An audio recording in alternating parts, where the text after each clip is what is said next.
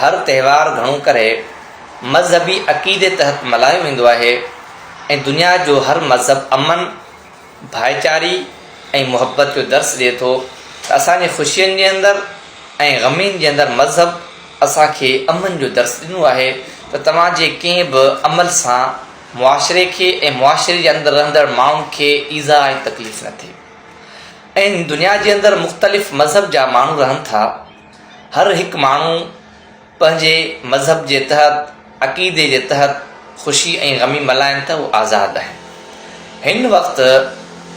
ॾियारी जी जेका ख़ुशी आहे उहो माण्हू मल्हाइनि पिया, आज़ादु आहिनि,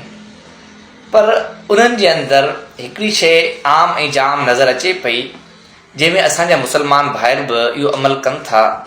जंहिंमें फटाका ऐं बारूद जो इस्तेमालु करणु आहे, जंहिंसां इहो थींदो आहे जो हिन वक़्तु इहा रस्म हली वई आहे।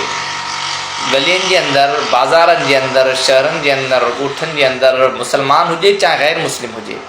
उहो हिन ॾियारे ते इन बारूदनि खे ख़रीद करे थो,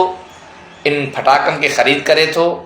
पंहिंजे घर ऐं उनजे इर्द गिर्द इहे फटाका साड़े थो, जंहिंसां हिकु इहो थी जेके बीमार या ॿार आहिनि उन्हनि जी निंड ऐं सुकून ख़राबु थिए थी। ऐं नंबर 2, उहो साॻी बारूद उनजे अंदरि जेके आइटम आहिनि, नुक़सानदेह केमिकल आहे, उहो बि इंसानी सिहत जे लाइ नुक़सानदेह आहे। उन सां गॾोगॾु उहे फटाका इंसानी जिस्म जे कंहिं हिसे खे लॻनि था त उहो जिस्म बि मुतासिर थिए थो, कंहिंजी नज़र ख़तमु थिए थी। ऐं उन सां गॾोगॾु इहो थिए थो जो उतां खां जेका बाहि लॻे थी कि बिजली जे तार खे लॻे थी, उतां खां उहा बाहि अॻियां वधे थी, या जेका पराड़ पेल आहे उन पराड़ जी दन खे लॻे थी त पराड़ सड़ियो वञे, या जेके घरनि जे इर्द गिर्द जेके बाड़ आहिनि, लोड़ा आहिनि, उन्हनि खे उहो फटाको लॻे थो, उतां बाहि ॿरे थी।